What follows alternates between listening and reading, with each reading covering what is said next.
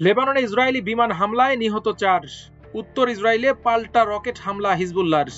নতুন উত্তেজনা শুরু, ইরানের সব বন্দর অবরোধ করছে যুক্তরাষ্ট্র। কঠোর হুঁশিয়ারি আইআরজিসির। হরমুজে মার্কিন অবরোধের ঘোষণায় ফের লাফিয়ে বাড়ছে জ্বালানি তেলের দাম। যুদ্ধবিরতিতে অবশ্যই লেবাননকে অন্তর্ভুক্ত করার দাবি ব্রিটেন ও ফ্রান্সের। সমঝোতায় পৌঁছাতে যুক্তরাষ্ট্রকে কর্তৃত্ববাদী মনোভাব ছাড়তে হবে বললেন মাসুদ পেজেশকিয়ান। ইরানে সীমিত পরিসরে হামলা শুরু করতে পারে যুক্তরাষ্ট্র। ইসরায়েলি বিমান বাহিনীর হামলায় দক্ষিণ লেবাননে ৪ জন নিহত হয়েছেন। লেবাননের স্বাস্থ্য মন্ত্রণালয়ের বরাতে এ তথ্য নিশ্চিত করেছে আল জাজিরা। লেবাননের স্বাস্থ্য মন্ত্রণালয় জানিয়েছে, দক্ষিণ লেবাননের মারুদ গ্রামে এই হামলা চালায় ইসরায়েলি বিমান বাহিনী। এতে ঘটনাস্থলেই ৪ জনের মৃত্যু হয়। হামলায় আরও অন্তত ৩ জন গুরুতর আহত হয়েছেন।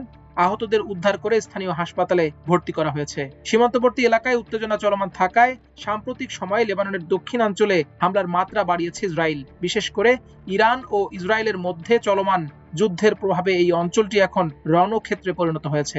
আজকের এই হামলায় হতাহতের সংখ্যা আরও বাড়তে পারে বলে আশঙ্কা করা হচ্ছে। এদিকে হামলার বিষয়ে ইসরায়েলি সামরিক বাহিনীর পক্ষ থেকে তাৎক্ষণিক কোনো মন্তব্য পাওয়া যায়নি।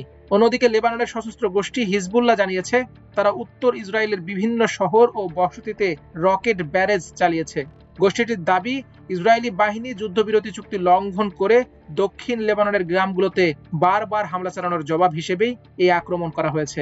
হিজবুল্লাহ জানায়, সোমবার ভোরে স্থানীয় সময় 1:20 কিরিয়াত শমোনা শহরকে লক্ষ্য করে রকেট হামলা চালানো হয়। পরে ভোর 2:45 ডোভেব বসতিতেও আরেক দফা রকেট হামলা চালানো হয়। এর আগে গোষ্ঠীটি দাবি করে, গত 24 ঘন্টায় তারা উত্তর ইসরায়েল ও দক্ষিণ লেবাননে ইসরায়েলি সামরিক স্থাপনা লক্ষ্য করে মোট 43টি হামলা চালিয়েছে। এক বিবৃতিতে হিজবুল্লাহ হুঁশিয়ারি দিয়ে বলেছে, আমাদের দেশ ও জনগণের বিরুদ্ধে ইসরায়েল আমেরিকার আগ্রাসন বন্ধ না হওয়া পর্যন্ত এই জবাব অব্যাহত থাকবে। যুক্তরাষ্ট্রের সামরিক বাহিনী ঘোষণা দিয়েছে, সোমবার থেকে ইরানের সব সমুদ্র বন্দরে অবরোধ কার্যকর করা হবে। যুক্তরাষ্ট্র ইরানের ব্যর্থ আলোচনার পর এই পদক্ষেপ নতুন করে উত্তেজনা বাড়িয়েছে।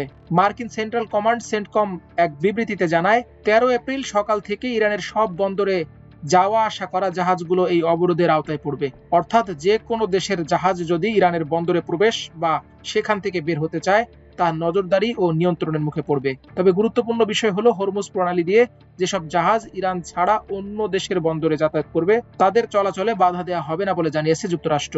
এতে আগের চেয়ে কিছুটা সীমিত আকারে অবরোধ বাস্তবায়নের ইঙ্গিত পাওয়া যাচ্ছে। এর আগে মার্কিন প্রেসিডেন্ট ডোনাল্ড ট্রাম্প পুরো হরমুজ প্রণালীতে অবরোধ আরোপের হুমকি দিয়েছিলেন। তবে সামরিক বাহিনীর বর্তমান অবস্থান কিছুটা ভিন্ন, যা পরিস্থিতি নিয়ে বিভ্রান্তিও তৈরি করেছে। এই ঘোষণার পর আন্তর্জাতিক তেলের বাজারে তাৎক্ষণিক প্রতিক্রিয়া দেখা যায়। মার্কিন অপরিশোধিত তেলের দাম প্রায় 8% বেড়ে ব্যারেল প্রতি $104 বেশি হয়। একইভাবে ব্রেন্ট ক্রুড তেলের দামও উল্লেখযোগ্যভাবে বেড়েছে। অন্যদিকে ইরান এই পদক্ষেপকে সরাসরি যুদ্ধবিরতির লঙ্ঘন হিসেবে দেখছে। দেশটির Islamic revolutionary guards corps IRGC সতর্ক করে বলেছে, কোনো সামরিক জাহাজ ইরানের কাছাকাছি এলে তা কঠোরভাবে মোকাবেলা করা হবে। ইরানের বন্দরগুলো অবরোধের মার্কিন ঘোষণার পর বিশ্ব বাজারে জ্বালানি তেলের দাম বেড়েছে। আজ লেনদেনের শুরুতেই এই ঊর্ধ্বমুখী প্রবণতা দেখা যায়। আন্তর্জাতিক বাজারে তেলের মানদণ্ড হিসেবে পরিচিত ব্রেন্ট ক্রুড তেলের দাম 7% বেড়েছে। বর্তমানে প্রতি ব্যারেল তেল $102.29 বিক্রি হচ্ছে। গত 28 ফেব্রুয়ারি ইরান যুদ্ধ শুরুর আগে তেলের দাম ছিল ব্যারেল প্রতি $70। যুদ্ধের প্রভাবে বিভিন্ন সময় তা $119 ছাড়িয়ে যায়। এর আগে গত শুক্রবার পাকিস্তানে বৈঠকের খবরের মধ্যে জুনে সরবরাহের জন্য তেলের দাম কিছুটা কমে ব্যারেল প্রতি $95.2 নেমেছিল। এমএসটি মার্কির জ্বালানি গবেষণা বিভাগের প্রধান সল কাভনিক বলেন, বাজার এখন মূলত যুদ্ধবিরতির আগের অবস্থায় ফিরে গেছে। তবে এবার যুক্তরাষ্ট্র হরমুজ প্রণালী দিয়ে জাহাজ সংশ্লিষ্ট দৈনিক প্রায় 20 লাখ ব্যারেল তেলের প্রবাহ আটকে দিতে পারে। এর আগে রোববার মার্কিন প্রেসিডেন্ট ডোনাল্ড ট্রাম্প জানান, মার্কিন নৌবাহিনী শীঘ্রই হরমুজ প্রণালী অবরোধ শুরু করবে। ইরানের সঙ্গে দীর্ঘ আলোচনার পরও যুদ্ধ শেষ করার কোনো সমাধান না আসা এবং 2 সপ্তাহের ভঙ্গুর যুদ্ধবিরতি ভেঙে পড়ার আশঙ্কায় পরিস্থিতি আরো জটিল হয়ে উঠেছে। ট্রাম্প আরো বলেন, নভেম্বরের মধ্যবর্তী নির্বাচন পর্যন্ত তেল ও পেট্রোলের দাম বেশি থাকতে পারে। ইরানের ওপর হামলার সিদ্ধান্তের সম্ভাব্য রাজনৈতিক প্রভাব নিয়েও তিনি ইঙ্গিত দেন। এদিকে ইরান সংঘাতের কারণে জ্বালানি খাতে ক্ষতির মূল্যায়নের কয়েকদিন পর সৌদি আরব জানিয়েছে, তারা পূর্ব পশ্চিম পাইপলাইনের মাধ্যমে দৈনিক প্রায় 70 ব্যারেল তেল উত্তোলনের পূর্ণ সক্ষমতা পুনরুদ্ধার করেছে। ব্রিটিশ প্রধানমন্ত্রী কিয়ার স্টারমার ও ফ্রান্সের প্রেসিডেন্ট ইমানুয়েল ম্যাক্রো আজ এক ফোন আলাপে মধ্যপ্রাচ্যে চলমান সংকট নিয়ে আলোচনা করেছেন। দুই নেতাই একমত হয়েছেন যে মধ্যপ্রাচ্যে যে কোনো যুদ্ধবিরতি চুক্তিতে অবশ্যই লেবাননকে অন্তর্ভুক্ত করতে হবে। ব্রিটিশ প্রধানমন্ত্রীর কার্যালয়ে ডাউনিং স্ট্রিটের এক বিবৃতিতে জানানো হয়েছে, দুই নেতা দ্রুত উত্তেজনা কমানোর প্রয়োজনীয়তার উপর গুরুত্ব দিয়েছেন।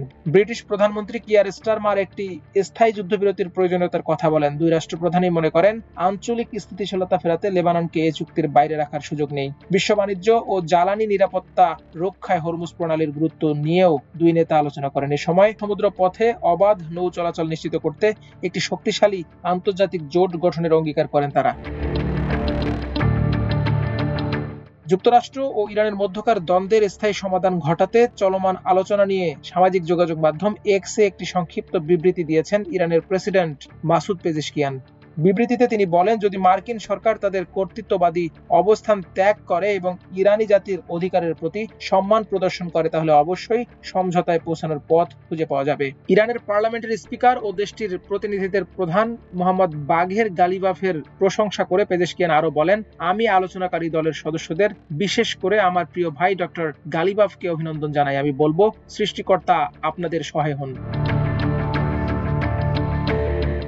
৩৯ দিন যুদ্ধের পর ইরানের ১০ দফা প্রস্তাবের ভিত্তিতে শনিবার পাকিস্তানের রাজধানী ইসলামাবাদে আলোচনায় বসে ওয়াশিংটন ও তেহরানের প্রতিনিধি দল। সে আলোচনা ব্যর্থ হবার পর ইরানের ওপর সীমিত পরিসরে পুনরায় হামলা চালানোর বিষয়টি বিবেচনা করছেন মার্কিন প্রেসিডেন্ট ডোনাল্ড ট্রাম্প। এ তথ্য জানিয়েছে সংবাদ মাধ্যম দ্য ওয়াল স্ট্রিট জার্নাল। প্রতিবেদন অনুযায়ী যুদ্ধবিরতি শর্তে তেহরানকে ছাড় দিতে বাধ্য করতে সীমিত আকারে হামলা পুনরায় শুরু করার চিন্তা করা হচ্ছে। যদিও পূর্ণ মাত্রার বোমা হামলা পুনরায় চালুর সম্ভাবনাও পুরোপুরি বাতিল করা হয়নি। তবে পূর্ণাঙ্গ সামরিক অভিযানের সম্ভাবনা কম বলে এই প্রতিবেদনে উল্লেখ করা হয়েছে, কারণ এতে মধ্যপ্রাচ্যে অস্থিতিশীলতা বাড়তে পারে এবং যুক্তরাষ্ট্র দীর্ঘমেয়াদী যুদ্ধে জড়িয়ে পড়ার ঝুঁকিতে পড়তে পারে।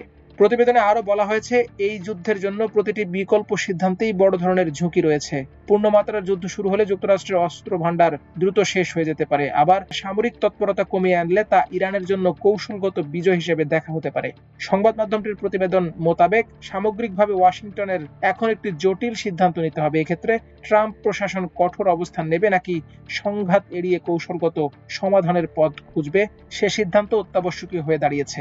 ইরানের স্বাস্থ্য মন্ত্রণালয়ের তথ্য মতে গত ২৮ ফেব্রুয়ারি থেকে এখন পর্যন্ত যৌথ বাহিনীর হামলায় ২০৭৬ জন নিহত হয়েছেন এবং আহত হয়েছেন ২৬,০০০-এরও বেশি মানুষ। একই দিনে মিনাব শহরের একটি প্রাথমিক বিদ্যালয়ে চালানো মার্কিন ক্রুজ ক্ষেপণাস্ত্র হামলায় ১৬৮ জন শিক্ষার্থী নিহত হন। মাল্টিমিডিয়া ডেস্ক, আমার দেশ।